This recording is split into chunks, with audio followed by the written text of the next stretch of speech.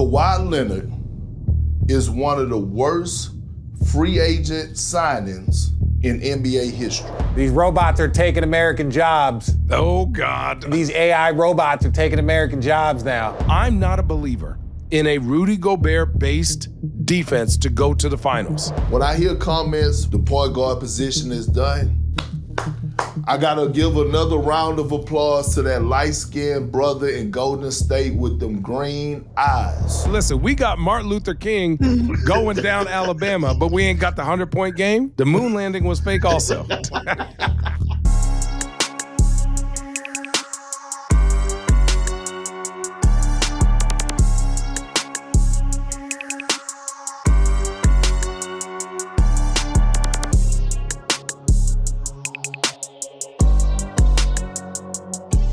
Cheers. Cheers, cheers, cheers. Welcome into this edition of Road Trippin'. I'm Allie Clifton, Richard Jefferson here in the Road Trippin' studios in LA. Channing Frye with his beanie on up in Portland. You've got Kendrick Perkins coming to us from H-Town, Houston. Before we dive into all things that we have on this show, it is a jam-packed show. We're going to move through it pretty quickly. So take note, all three of you, and your wonderful brain cells that like to rattle.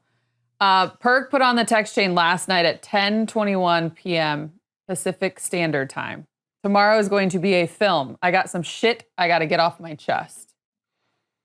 Perk, we're going to start with you. You're welcome. Oh, y'all ready? Yeah. Born ready, sucker. This live? Yeah. Hey, look, real talk. It's a team out there that's been full of dysfunction, okay? And it's the Clippers. I knew it. They're 5-16. They're 5-16. The world knows how I feel about Lawrence Frank, okay? I don't know a guy that continues to get opportunity, chance after chance after chance after chance. Okay, cool. But it got me to thinking, Kawhi Leonard is one of the worst free agent signings in NBA history. One of the worst free agent signings in NBA history. He has set the Clippers back 10 to 15 years. I don't know where they go from here. Now, think about Kawhi Leonard. Think about everything that was going on when he left the Toronto, when he was making the decision after he won a title with the Toronto Raptors. The Lakers was pitching to try to get him. Toronto was doing everything to get him. You had the Clippers, obviously, in the mix.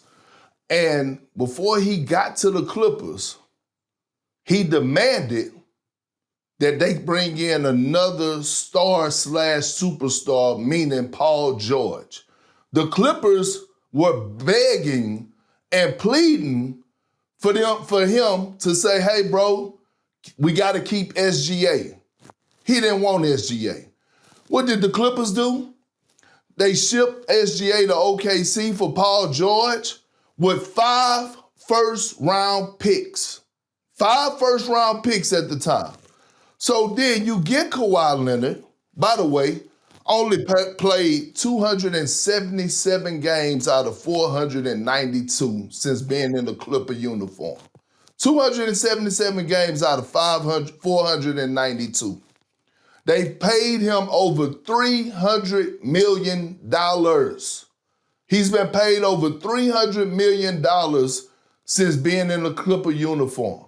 They were supposed to be looking the Lakers eye to eye, okay? What have you gotten out of Kawhi since he's been in the Clipper uniform? 1 division title. And what makes it worse is that you basically helped out your ops. So with getting Kawhi Leonard, you basically have set up the Oklahoma City Thunder, who I believe is set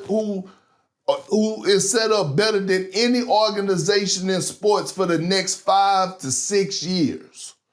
And guess what? They might have the Clippers picks this upcoming draft.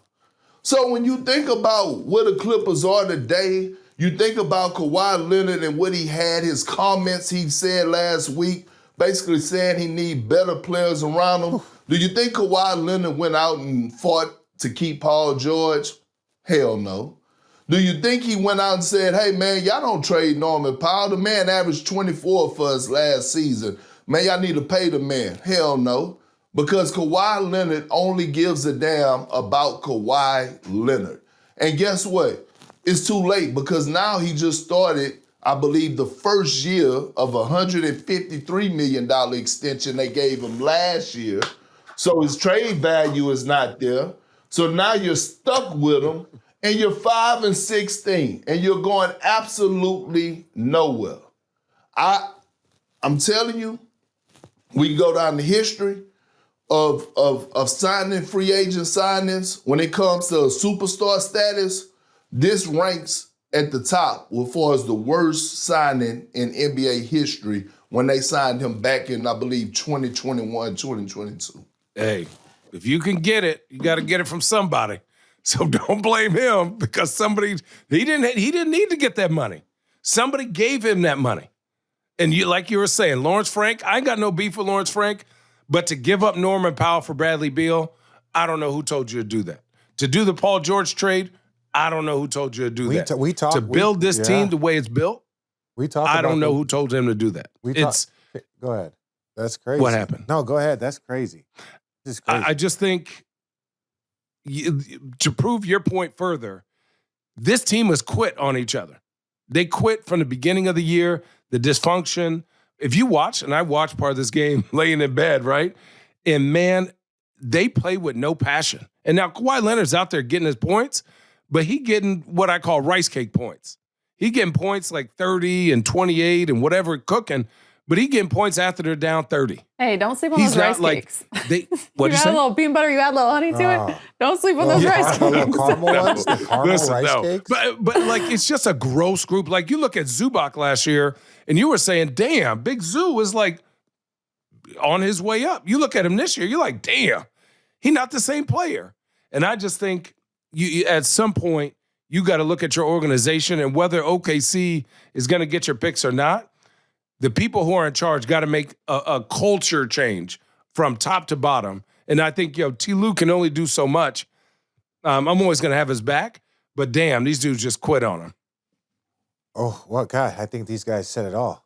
You're good? Yeah. No, I will say this is that now, like, if you're looking at the history, now that Shea's won an MVP, now that Shea's won a championship, now it's solidified. We talk about the Luka trade and, what that will mean. Well, last year, as far as I'm concerned, if you look back revisionist history, at this point in time right now, you would most likely look at the Clipper trade worse than the Dallas trade for Luka, in my opinion.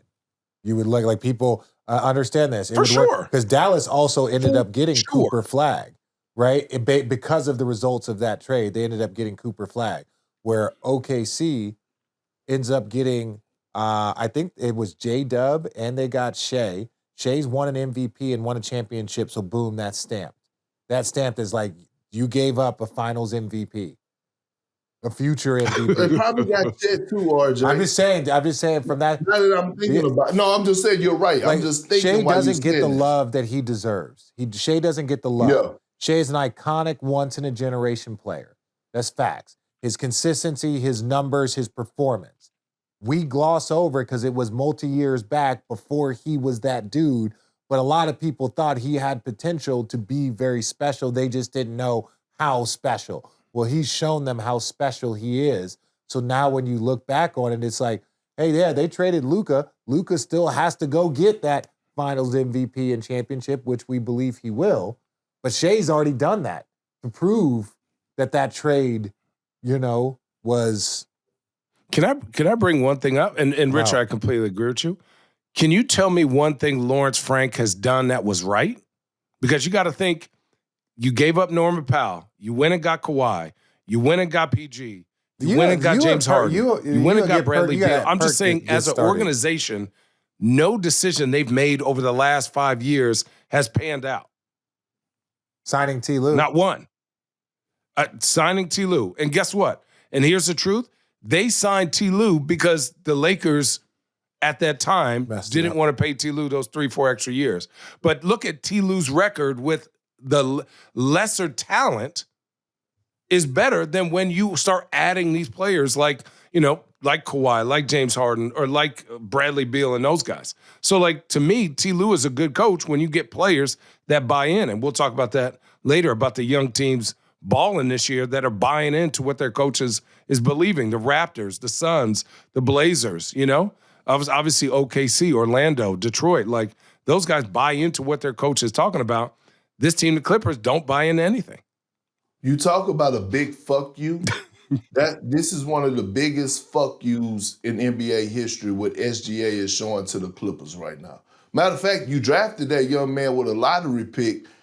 We're watching greatness right now live in effect when we watch SGA, right? Like when you talk about point guards, you talk about legacies. I mean, he's that combo type guard, 6'6", but I mean, he's starting to give me Kobe, Jordan type vibes. Here's why I say that, and I'm going to end on this.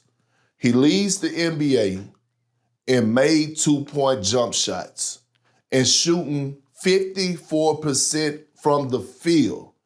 91% of his shots is contested. It's contested. Do you know big men don't shoot fucking 54% from the field, and they're shooting floaters and layups and jump hooks around the basket? And again, man, when you just look at what SGA is doing, what he's done, his resume, he's steady on that climb. And I believe if he keeps this up at this rate in the next 5-6 years, we talk about what Jokic ranks for as all-time great centers. What does Giannis rank all-time power forwards? In the 5 or 6 years, we're going to be having that same conversation about SGA and where the hell he ranks when it comes down to point guards. We're going to get into some of that conversation, but thanks for getting that off your chest. It was aligned in our road running segment, Perk, so it makes me feel good that we're all on the same page. Having said that, let's not forget that the New Orleans Pelicans 4 years ago started the season 4-16, and they still made it to the postseason. Don't do that. Don't disrespect our audience. Don't disrespect all of us. Hey, it is a fact. Don't let the facts get in the way of a good story, okay? It is facts. You never know. It is facts, but let's... You never know. If you told me that the Clippers at the end of the year would make it to the postseason, I would believe it. Yeah, thank you. I would we're believe moving on. Saturday night, we're going to look back. Cooper Flagg passed LeBron to become the youngest player in NBA history to score 35 in a game. The Mavs beat the Clippers 114-110. He had 24 and 8 when they beat Denver last night in Denver. AD had 32 and 13. That would be his second game back since returning from the calf injury. Channing, you called Coop. You said that Coop would struggle until Christmas, and it looks like Christmas came maybe a little bit early. What do you know?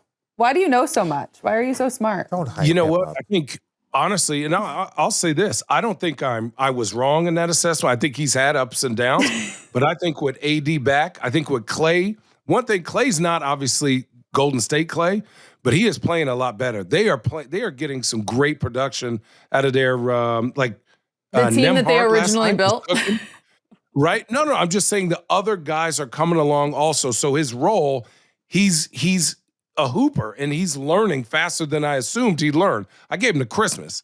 So I am impressed with how he's playing. His ability to make decisions has gotten a lot better than over the last month, right? Because AD's the focal point, or Clay's being super aggressive. So now he's taking advantage of his drives. He's posting up smaller guys.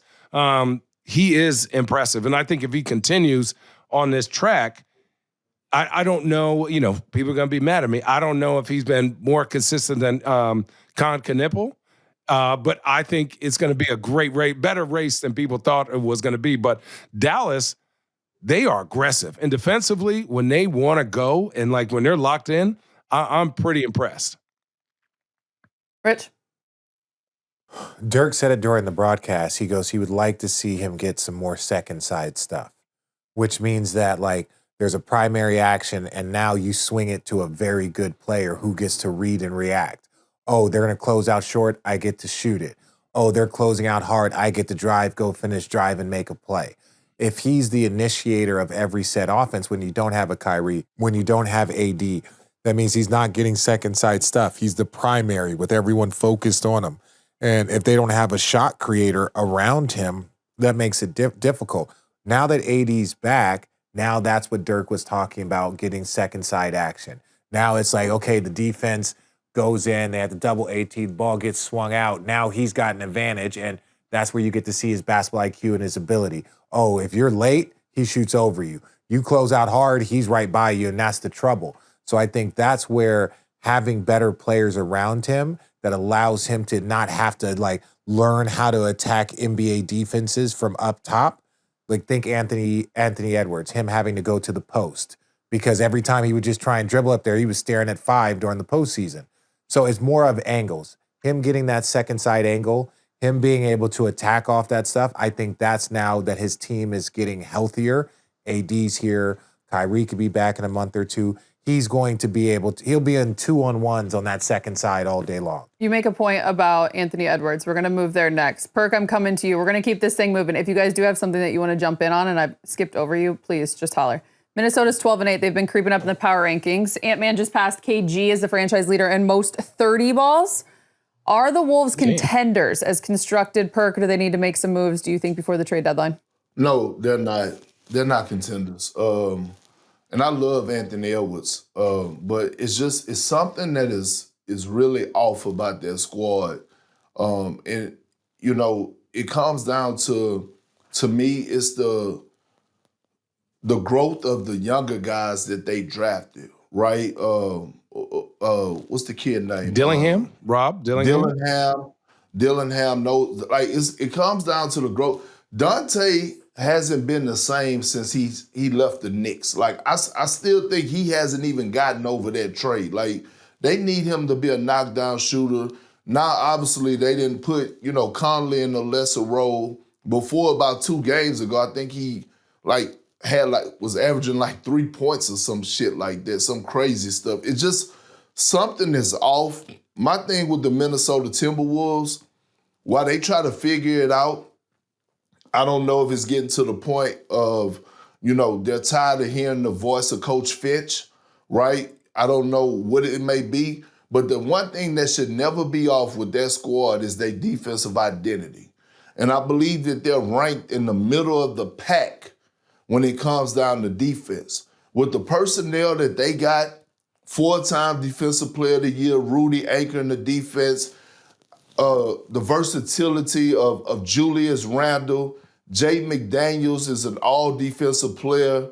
Anthony Edwards, when he want to lock the hell in, he does. It's no way that they should not have a top 5 defense. Like, I think, but you have so many guys on their team that want individual goals. And I think that's the problem offensively. Like, Jay McDaniels, in his mind, and rightfully so, again, that's that balance.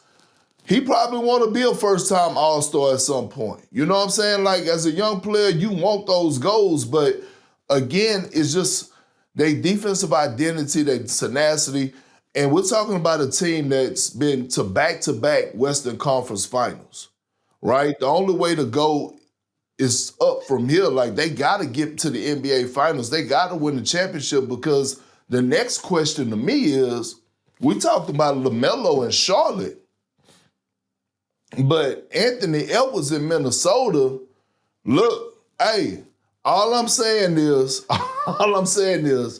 you know, hey, man, at some point, it's gonna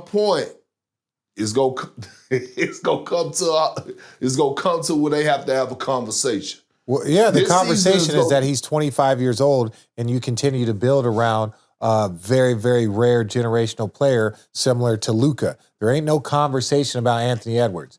Anthony Edwards is the future face, and he is there. There is no conversation to be had about Anthony Edwards. Zero. Why not? Zero. Because it's not the same. Zero. It's not the same. It's Luka. LaMelo and Anthony Edwards are not even on the same bus. He is Luka. There's not even close. You try and trade Anthony Edwards, they will burn Minnesota down. Here's we what need I'll to get say. Perk a bus. Sorry, hold please. Big fella, So, big dog on the bus. Anthony Edwards and Julius Randle and Jaden McDaniels are not movers without the ball. They are like creators with the ball. So for me, when they did rely a little bit more on Mike Conley or rely on movement, right? They would get better shots so that then they can set their defense. Why? I think they're in the middle of the pack defensively. They don't take good shots, quality shots, as consistently as they used to. And also, I'm not a believer in a Rudy Gobert-based defense to go to the finals. I've not seen a player like Rudy Gobert who can't finish over double or over switches, and at the end of games get barbecued as many times as we've seen it happen. That's just my belief. It's what I've seen. Perk, there has been players. You look at Giannis and how long it took him. You look to win a championship. You look at Jokic and how long it took Jokic to win a championship. It can take you 6-7 years. You can go to the conference finals twice and then go backwards. D Wade went to conference finals, won championship, like Shaq. They moved on for Shaq. They had a couple second round losses, first round losses, and then they brought in Bron, and then so it's like once you find a player that you generally like you can build around, you might fluctuate in how the team flows, but you have a very, very rare player. And you can ask questions, but Minnesota's done a very good job of putting a good team around Anthony Edwards. He's got his own shoe. He's marketable. He's in commercials. Minnesota has a lot of money. It is a very, very big market. While it might not be Chicago, LA, New York, Miami, Minnesota is a very, very wealthy town. So when you look at the market, Anthony Edwards is fine. They got a guy that's 25 years old and he's that good and he's outpacing NBA history with fastest to 1,000 threes and all these. What? Are we kidding me? Anthony Edwards is good. Minnesota is built to beat Denver. Minnesota is built to beat Denver. That's how they were built. The same GM that was at Denver went to Minnesota. So now OKC, they can't beat OKC. You need to make changes. Go ahead, Perk. They was built to beat Denver when they had Karl Anthony Towns. I think that changed when they got Julius Randle. Are they better than the Denver Nuggets right now? Absolutely not. Are they better than Oklahoma City? Absolutely not. Are they better than the Houston Rockets? Absolutely not. Are they better than the Los Angeles Lakers? Absolutely not. Here's the thing, Richard. Here's the thing. You said, no, because you said that Anthony Edwards is 25 years old and you continue to grow, Luka fucking 25 years old too. Yeah. I don't think he's going anywhere anytime soon. SGA is 27, 28? Yeah. But he ain't going nowhere anytime soon. So what I'm saying is that what I'm saying is if you're the front office of the Minnesota Timberwolves, you gotta ask yourself a realistic question. Do we have enough to contend in the West right now? Do I have enough in this locker room surrounded by? Because guess what? I guarantee you, if Anthony Edwards and the Timberwolves see the Lakers again right now, them results won't be the same. I promise you that. Those results won't be the same. All right, so what I'm saying is, yes, you continue to value, but you take the Daryl Morey route. The one thing we can give Daryl Morey is that every single trade deadline, offseason, that motherfucker making moves to try to contend. We know one person who's going to be aggressive, and that's Daryl Morey. All I'm saying is if you're Minnesota, it's time to have those honest conversations about, hey, is this roster built to go and try to compete for a title? And the answer right now is no. Okay. And before we all start tripping, let's get to our straight tripping segment. We're going to switch gears and get into this straight tripping. Jeff Teague saying that Donovan Mitchell is just as good as Dwayne Wade was after his finals run in 2006. We're going to take a listen to this clip. Oof. I'm not saying Donovan Mitchell better than D Wade because I think D Wade, what he was doing, taking them teams to the finals and stuff like that. He just but after that first finals run, I think Donovan Mitchell is just as good as D Wade. Like the young D Wade when it first happened, when he made that run with Dallas against Dallas or whatever. Flash. We'd be like, damn, he was incredible. That But run holds so much weight though. Yeah, after that, he played with he- Bron. Like, Nah, nigga, he killed. No, he was killing, but that What's finals y'all, run. y'all cool? Is he tripping? Who wants to go first? Look, I think I think it's a compliment. It's a compliment to Donovan Mitchell, right? D Wade's one of the GOATs in that position, at that 2-guard defensive guy, ball handler, combo guard. Donovan Mitchell, he is that dude. He is that dude. If you look at the consistency over his career, the only thing that's left is a championship run. But D Wade was different. I played against him. I lost to him the year they won the championship. Like, we lost to him the year before when they went to the conference finals. Like, that D Wade was the Flash. The Flash was different. You understand? The Flash was different than when he played with Bron. When he was the Flash, he was carrying and traveling. He would split the pick and roll like this. He would be dribbling, carry the ball through the pick and roll, and you couldn't guard it. You couldn't, it was impossible to guard. It was a carry. D Wade, you were cheating. The way you were. Richard, some of the. it's okay to say no. No, it's okay to say Dude absolutely averaged not. 23, 6, and 5 in the 2012 finals alongside LeBron. Yeah. He averaged 25 and 4 in 7 games in the 13 finals with LeBron. Still. Oh, no one's diminished. See, the one thing I say, he goes, after that, he played with Bron. Yeah, that's the part. yeah. That's the part that, no. Yeah. The reason why they went to 4 finals and won 2 championships is because you had these 2 superhumans playing together. That's what it was. It's not like, oh, he played with Bron, so like his game wasn't as nice. Right. No. That part I can't agree I'll be with. quick. I think Donovan Mitchell offensively shooting is far and away better than D Wade. In every other aspect, I think D Wade dominates. It's just the truth. I think as a scoring guard, I think just a pure scorer, Donovan Mitchell has that on D Wade. But as everything else, rebounding, defending, blocking shots, posting up, like tenacity. I think D Wade is one of the that's guys, D-Wade. Channing, that has a certain amount of blocks and blocks and steals. He's the Like, best shot blocking guard in yeah, the he's history like of the NBA. like blocks and steals. Like he's like up there for guards. So it's like defensively what he was able to do. But let me say this: you didn't need to shoot. D Wade didn't need to know how to shoot when he was the Flash. No. He was so... People don't understand how fucking fast he was. He Euro stepped me out of bounds. I was like, nope. Is he the only one that could Euro step you out of bounds? Oh. No, a lot of people did. Listen, I was trying to do that for Phil. Timothy Mozgov could Euro step you. No, okay, that's enough. Athletic. Big Mozzie. Big No way. Mozzie. No, Big Mozzie was not doing that to see Fry.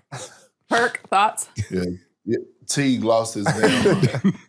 It's not even a conversation, man. It's not even a conversation. Like, real talk, it's just levels to certain things. And there's no disrespect to Donovan Mitchell. Donovan Mitchell will go down as one of the greatest regular season players to ever play the game, because regular season, he's definitely going to look all world. But I can't even put him in a conversation with a D Wade until he at least leads his team to a conference finals. And when you talk about just the other side of the basketball, like Shannon and Richard just brought up, D Wade was a damn menace. Like, when you talk about defensively, his tenacity, like blocking shots, and man, like D Wade was different. So I get it. Like, you want to praise certain guys, but like if you'd have brought up James Harden and his numbers, like now we talking about something different. Like James Harden, and what does you take James Harden career over D Wade? But Donovan Mitchell in that conversation, absolutely not. Continuing on, we got some more straight tripping talk. Paul Pierce, we're going to run this clip, and Danny Green recently said that Michael Jordan had a limited, quote, limited offensive bag, and that SGA is more, quote, baggy than Jordan was. What did he say? MJ didn't even, all he did was score? Is that what he said? All he did was shoot. Good. I think he took 75% of their shots. Man, I can make shots too. Did he do anything else? Defense. Did he do anything else? 19 times all the defense. Please leave all of this in. Wasn't 19. This part. I'm just kidding, Jordan stands. Relax. So Jordan had no bag? I didn't say no bag. I just don't think Kobe he and Jordan are bag guys? 1-2 dribble Kobe pull-ups. had a No bag. bag. Kobe had unbelievable footwork too, like different. Like, what's up? All right. What do we define as a bag, first of all? Just handles to the shot? I think to me, Like, wop, then get Not it just off? handles, but you to have me, a plethora of moves in you your bag. have, yeah. The defense does this. They I don't can know- now go to you're this. not I can predictable. yes. You have multiple counters. answers to the test. You have counters. To me, that's a bag. I think they had the capability, but they didn't have to counter because Mike was 1-2 dribble You knew pull-ups, you were not dog. stopping him to get to his spot. Who wants to go first? I'll go Shit, basketball. I'll go first. I'll go basketball nerd on you, and I'll break it down for everybody. So Channing and them. go Channing. first. Well, I think you got to look at like Shea's offense and their philosophy versus the triangle offense. Jordan would get to a spot, and then he's hitting you with his regular shots. He's hitting you with a fadeaway, he's hitting a face-up, 1-2 dribble pull-up. Also, you got to look at the defense he was playing against. There wasn't a lot of opportunity for him to just get to his bag like that, right? I think there's Jordan was so meticulously detail-oriented about the spots in the triangle, same with Kobe, that even when we played Kobe in the Western Conference Finals, the difference between him shooting from like spot A and 3 feet from spot B was like 20%. If he got to his spots, he was going to hit you with every pump fake, swing through, up and under. And I think that's a bag in itself. It's just not a one-on-one face-up bag like SGA has. So I get what they're saying, but Jordan and Kobe's bag was immaculate because of the mental games that they could play. They could get the ball at like the elbow and you wouldn't know where they were going. And so that that was my little opinion right there. So I agree with them. Yeah, I agree with them too. They're not tripping. I think when you talk about skill set, I believe that SGA is more skilled than Jordan when you talk about skill set because I mean, like MJ had probably a 40 plus inch vert. Like him going to the basket, it was snatching the screws out the rim or you know what I'm saying? He had the reverse layup because SGA getting to the basket is certain finishes that we see him finish. He's a below the rim finisher. Like he's not a guy that's dunking. So when you talk about and SGA said it, you stop my counter, I got another counter that's added to that. Like, when SGA does, he do have a better bag, a deeper bag than MJ. That's not a knock on MJ. Is he a better basketball player for his all-time great than MJ? Absolutely not. But MJ was the mid-range king. When he got to those elbow jump shots, like his ability to get to the free throw line. Like, let's not get it twisted. MJ used to get to that line. Well, look. Like, he was getting to that line. So his post work, you talk about turning rounds over both shoulders, it's no knock, but it's just keeping it real. SGA, yes, he has a deeper bag than what MJ had. Okay. I know, okay. This is your opinion. This is my opinion on the matter. As basketball players get smarter, they become more efficient. That's really what it is. Allen Iverson used to be at the top of the key doing all of this. That's what he did when he first came into the league. Then he learned, then the Iverson cut came, and they basically ran him across the middle, and they go, either go or stop. So he didn't have to do all the dancing anymore, became more efficient. Kobe Bryant used to be at the top of the key, doing all the hang dribble, doing all that stuff. Eventually, he became more efficient. That was what he did. Same when you look at players over the course of time. MJ, you go back and watch MJ, there's the famous clip of him going between his legs, him stopping and dropping when he was doing 61 in the Garden, or 61 against the Boston Celtics. Y'all seen the video where he's doing this back in 85 and stopping, whopping. He realized he didn't have to burn that much energy doing that. He realized he can catch, look, go, and just do it. So it's like, because he doesn't use the bag, because we've seen the bag, it means it becomes more efficient. Allen Iverson became more efficient. Kobe Bryant became more efficient. Michael Jordan became more efficient. That's all it was. They all recognized that they didn't have to do all of the bag to get to their shot. We saw the 61. We saw MJ doing the bag and all the other stuff. We've seen him going and doing shots behind his head. That's a part of his bag. The fact that MJ goes and was the first one throwing up shots behind his head every other night, That's a part of his bag. Oh, I'm going to jump, spin, and throw it up. Like, is that a part of your bag? Like the way Kyrie has his crazy finishes? Is that a part of his bag? Because MJ was doing backward shots in 85 every other night. We got 20 videos of it. Is that a part of the bag? That you can jump up, spin, and go like that and throw it up behind your head. So I didn't say he didn't have a bag. But all I'm saying is that for them to say MJ, like Shea's bag, and MJ has all of the bag, and we've seen it, all of it. He just doesn't need to do what he did in the Garden at 61 and then going into a pull-up. No, he's like, I don't need to dribble 5 times to go do a 1 dribble pull-up. I can dribble twice to go do a 1 dribble, and it's over. And it's over. So it's like, just because a player becomes more efficient as they get older and smarter, we can't all of a sudden disrespect their bag because they're learning the angles. They don't have to dance as much. We can't disrespect that. Like MJ had a bag. Kobe had all the bag. AI had all the bag. But as they got older, they got more efficient. That's all it was. Burn less energy. You feel good? Yeah, move on for this. It's the first time Richard sat up. Yeah, we love the enthusiasm. I was like, what are we talking about? All right, we're going to take a quick detour. Have you guys seen this humanoid robot? If you were to play this robot to 21, one-on-one, what's the final score? Man, I'm about to hit that robot. You know what that looks like? You You know what that looks like? That looks like when they get actors to play basketball in commercials. And you can see that they have no idea. It's like when I'm on my diabetes medicine and they show the guys like dribbling and playing, you're like, oh, you've never, ever touched a basketball. Like, don't have them play that sport. Throw a football, right? Throw a baseball. Like basketball, it's like he's like catching it and tossing it to his buddies. Like that's what that robot looks like. Everybody see how little that robot is? Everybody's back here giggling. I actually thought of Perk outside doing his handle drill. Perk, that's disrespectful, Perk. No, I thought. Perk, Allie, that's disrespectful. Allie, the Perk. You are mine.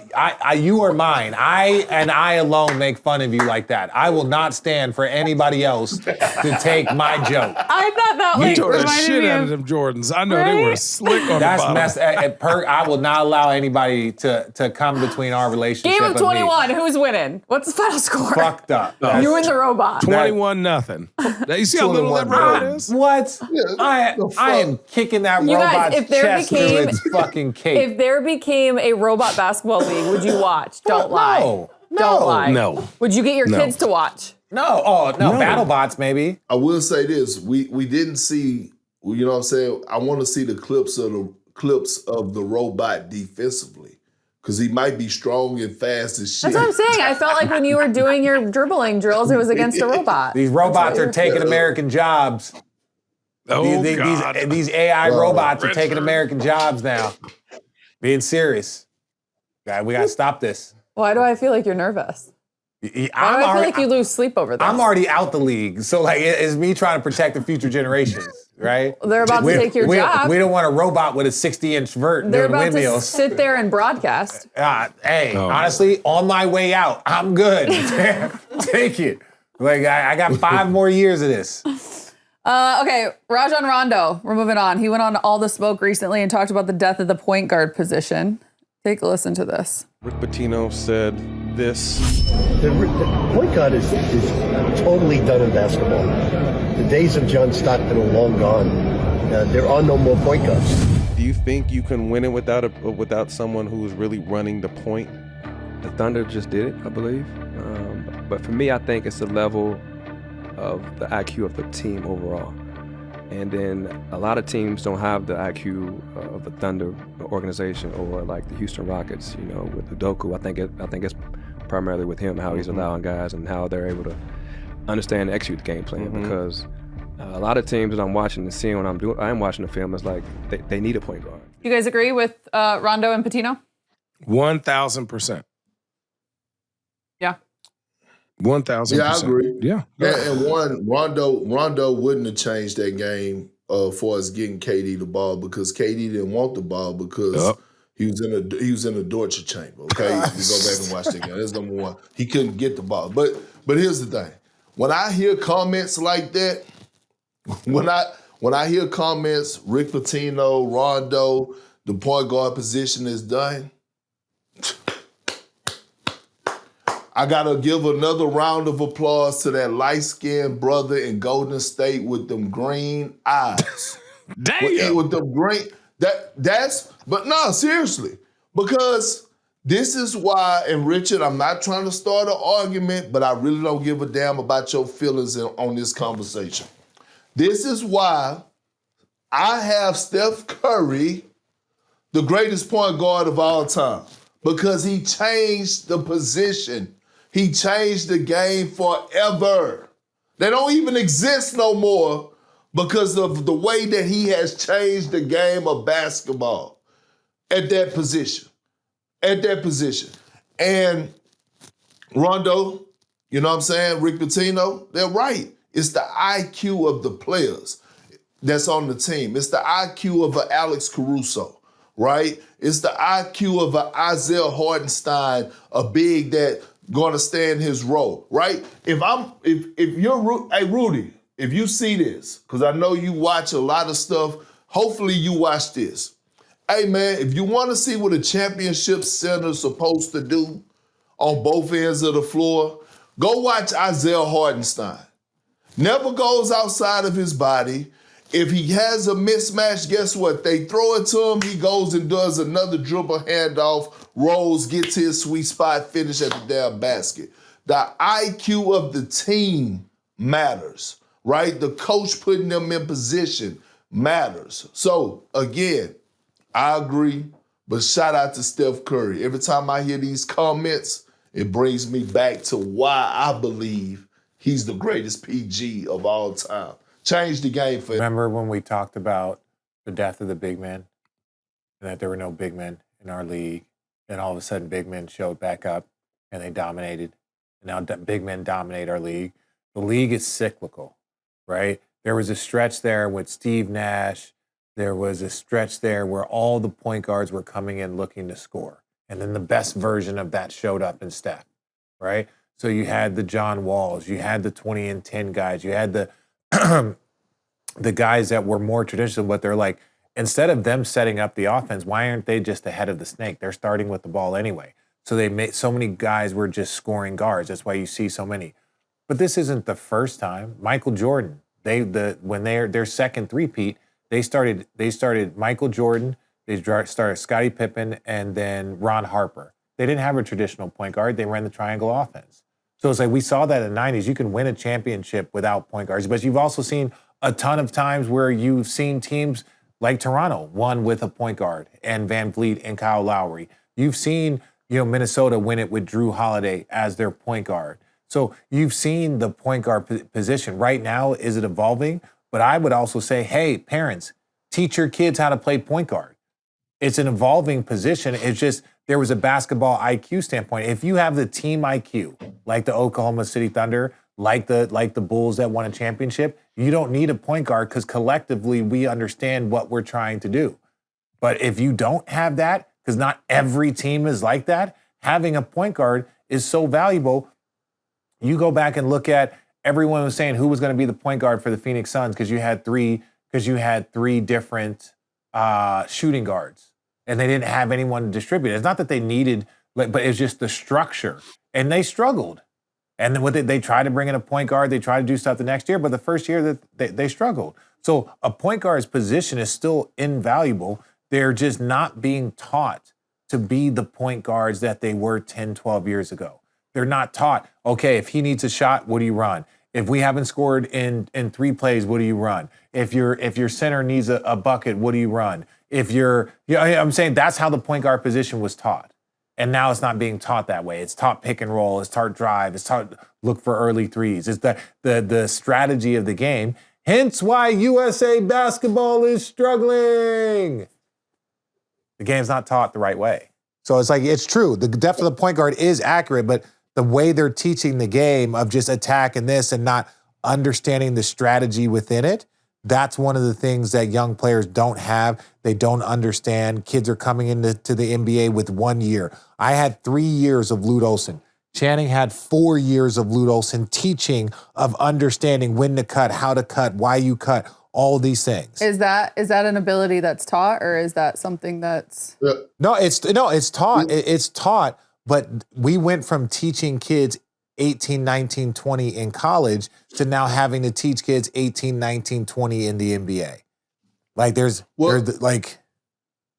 I think you know what? I think we should come down. We should just name it playmakers, right? Like, can you evolve as a playmaker? Like I'm around a whole lot of kids because I'm in the gym working them out every day, but I'm going to my son's games, and I tell a lot of kids, I'm like, okay, hey, look, you want to bring the ball up the floor. Okay, that's cool. You want to be a playmaker, but it's a responsibility that comes with having the ball in your hands, right? It's not just being able to create for yourself, but it's the ability to create for others. So when you point out and you look at a team like OKC, you say they got so many playmakers, right? Like Chet could come in, make a play, big to big pass with him and Isaiah Hartenstein. I just highlighted how great of a passer Isaiah Hartenstein is, right? J-Dub, the one knock, and Shannon, I'll pass it to you, my bad. Okay. The one knock that the one concern that we had last year was those non-SGA minutes, right? And was J-Dub going to be able to take that leap and controlling that second unit? And what we saw was he was able to take that leap, but it came through repetition, right? It came through repetition. Anthony Edwards, some people say, hey, man, he's too ball dominant. But the one thing I've noticed with Anthony Edwards is that he's taking that leap, right, of making guys around him better. Yes, he takes a lot of shots. His shot volume is high, but he still dished the rock. Austin Reeves, he's top 10 in assists. Like the growth, the development of playmaking. But again, RJ, you right. I was fucking with you, but I was serious at the start of it with the GOAT conversation. I was trying to poke at you. You completely ignored that. That's called growth. That's called growth. This is called growth. No, this is the thing. This is why. I respect Steph too much to engage in that argument anymore. Okay. All right, hear me out.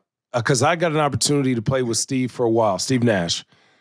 Oh, we know. Back in 2000, we know. Thank you for the check. Pay for my house.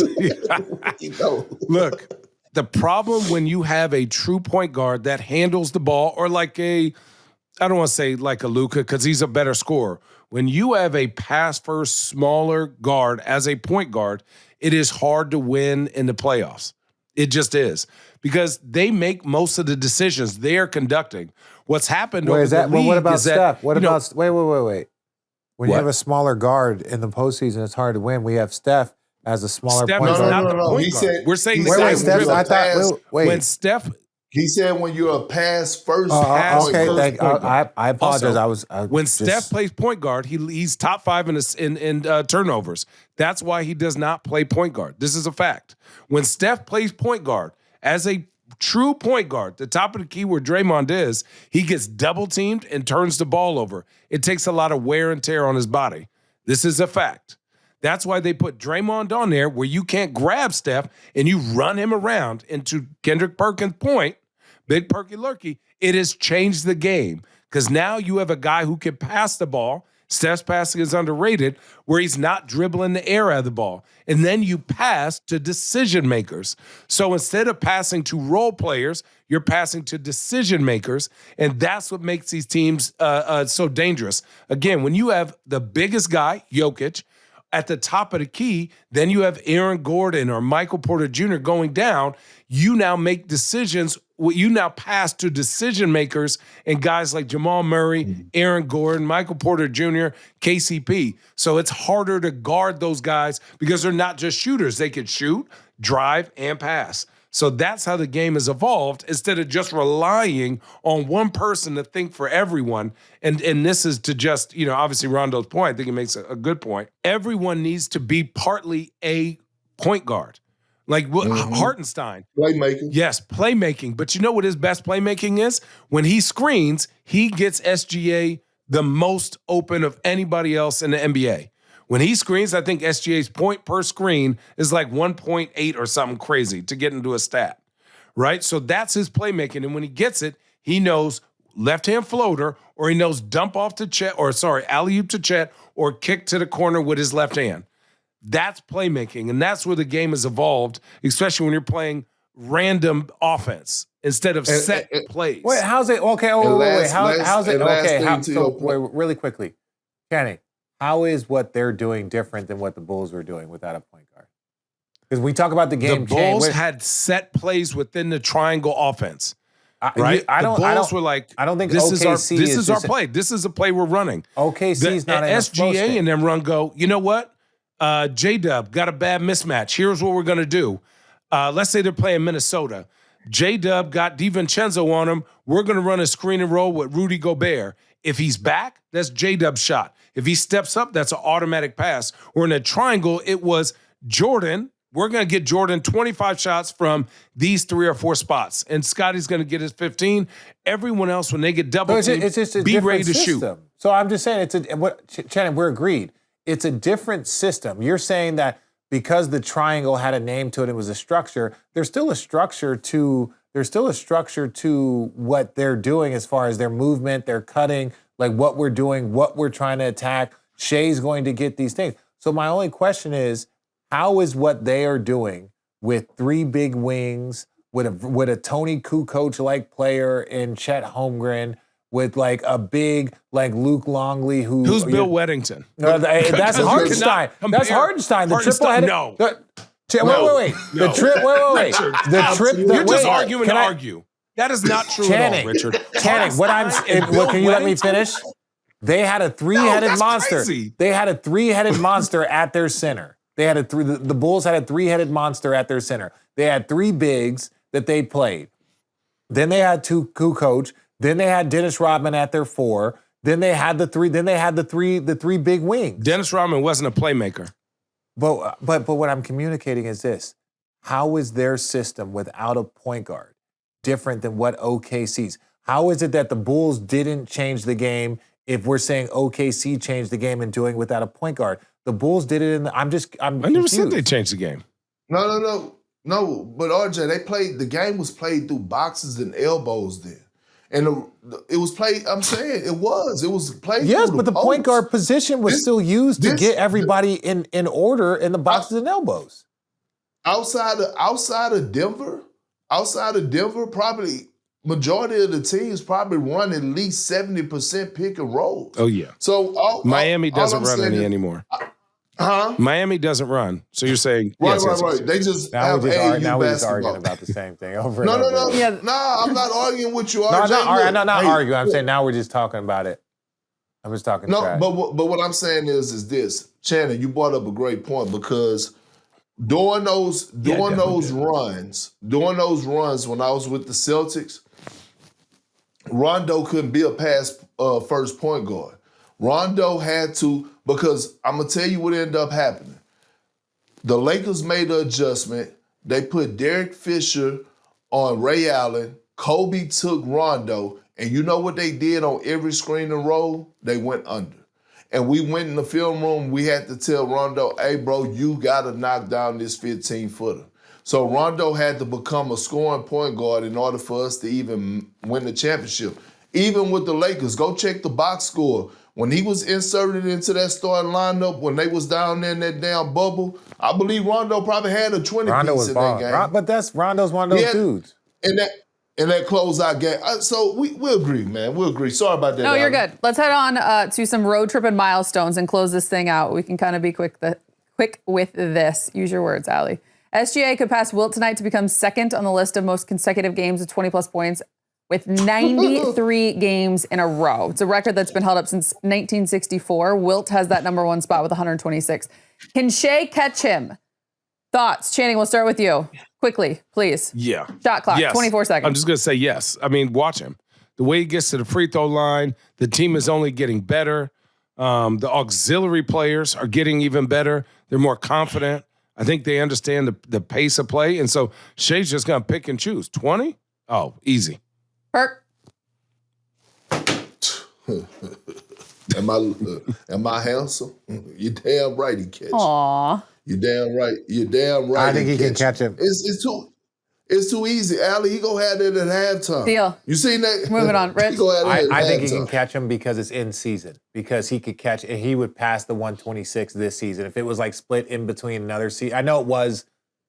He could But hit too it many this things season. could. Yeah, got it. Kevin Durant enters December needing 480 points to pass Wilt, 31,419, and claim the number 7 spot in the all-time scoring list. Also, 82 more field goals this month to pass Hakeem, 10,749 for number 10 in field goals made, and 78 three-pointers to enter the top 10 in three balls. Is KD on your Mount Rushmore of scorers? Oh, he the greatest of all time. Man, Mount Rushmore my Stop ass. it. Well, he's the what? Okay, wait. I just want to ask a question. So wait, really quickly. Wilt, Kareem, LeBron, and wait, who is it? Who is the other person? What? MJ, Michael Jordan. So that's what. No, this is what I don't know. I'm not disputing. Kevin Durant is the greatest bucket getter. He's the greatest weapon we've ever seen. But I'm saying if you were to say your Mount Rushmore of scorers, like you have LeBron, you have Kareem, you have Wilt Chamberlain, and then you have MJ. I'm not putting Wilt in there. You're sorry. not putting Wilt? Okay. What? That's I four. can't. It's That's four. unfair for me to put him in there. I have not seen the film. Hey, listen, we got Martin Luther King going down Alabama, but we ain't got the 100-point game. I'm not. Listen, the moon landing was fake also.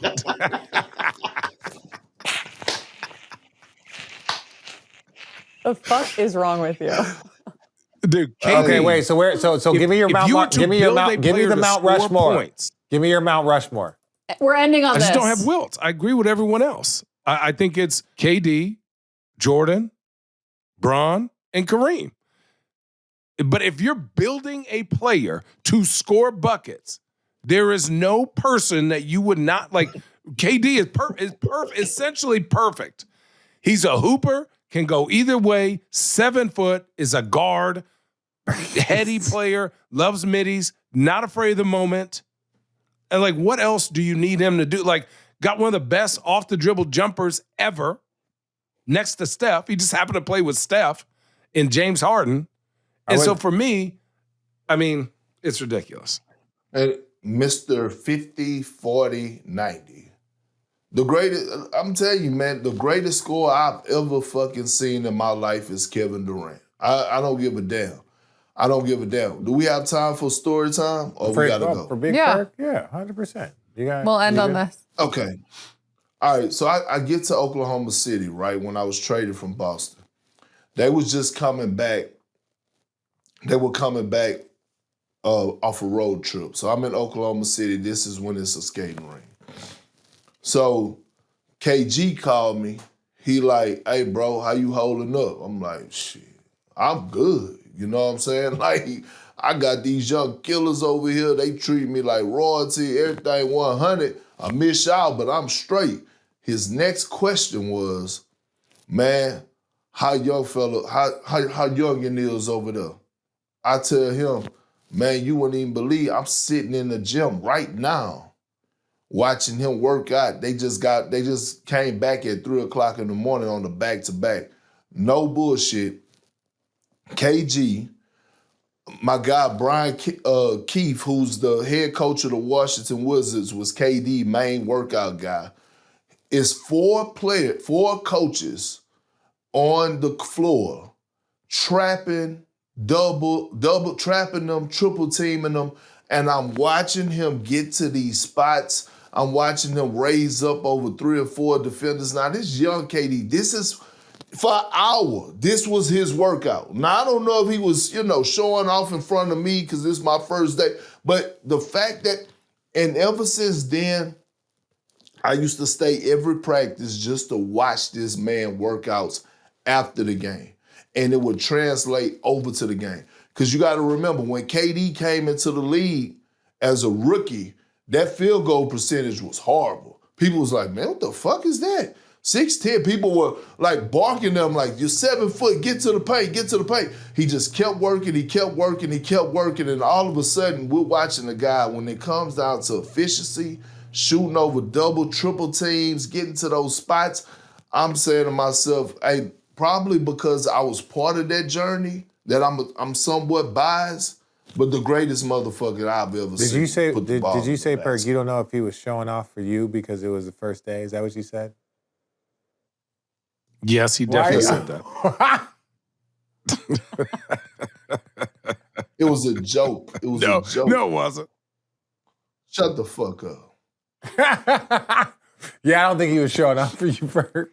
Perk, who's your Rushmore? Who's your Rushmore? My Mount Rushmore? Of scores. I would have, to be honest with you, I would have, it's KD, it's Braun, it's KD, Braun, Kareem, and I would actually put Kobe. I was going to say, can we, what's the difference between all-time leading scores as you're deciding this and your Mount Rushmore of scores? Kobe was... Like, you guys didn't mention Kobe until right now. Well, Kobe historically is known as a great scorer, elite, one of the greatest of all time. Yes, he's in that category. But if you look at the efficiency of all the top 10 scorers, he took the most shots and was the least efficient. That could be the difference between 44 and 46. Kobe, yeah. So that's what's going into determining so it's like, that's why Kevin For Durant at 50, 40, 90 is one of the most efficient we've ever seen at that volume. Yeah. That's what's not. Same with Bron. His efficiency level at that volume is what's crazy. So like there's it's no... not 50, 40, 90. It ain't 50. Hence why people are saying he's above Bron. He's a better bucket getter than Bron. That's what I'm saying. Hey, real quick, y'all. It ain't never real quick, but keep going. I just got an alert, Allie. I just got an alert. It's not breaking news, but it's something. Give it to me. Giannis then deleted a lot of shit on his social media about the Milwaukee Bucks. No. Hey, man. Look into the crystal ball. Look into the crystal ball, Perk. No. What does this mean? The last time we looked into the crystal ball, I said Donovan Mitchell was going to be a Cleveland Cavalier, and what happened? You was right. I'm looking into this crystal ball, and I'm telling you that Giannis Antetokounmpo will not be in the Milwaukee Bucks uniform at the end of this season. Ooh, you want to bet? Let's place make it. Make it on yourself. Let's place it. We know how good you are chanting with bets. All right, what's the bet? What's the bet, boys? Ooh. Let's just do regular money now. Because you don't like my ain't wine doing bills. no regular money. Nah, 3 pair of J's. 3 pair of J's to 3 cases of Chosen. Deal. That's what we're going to keep it. That's Keep the it step. Deal. That is a friendly wager. I love that. That's the problem. All right. Thanks to all of you for watching this edition of Road Trippin'. We appreciate you all for tuning in. Please like, comment, subscribe, share the video with a friend. Tell a friend to tell a friend. Stay locked in with us. We'll be here every Tuesday, Thursday, all season long.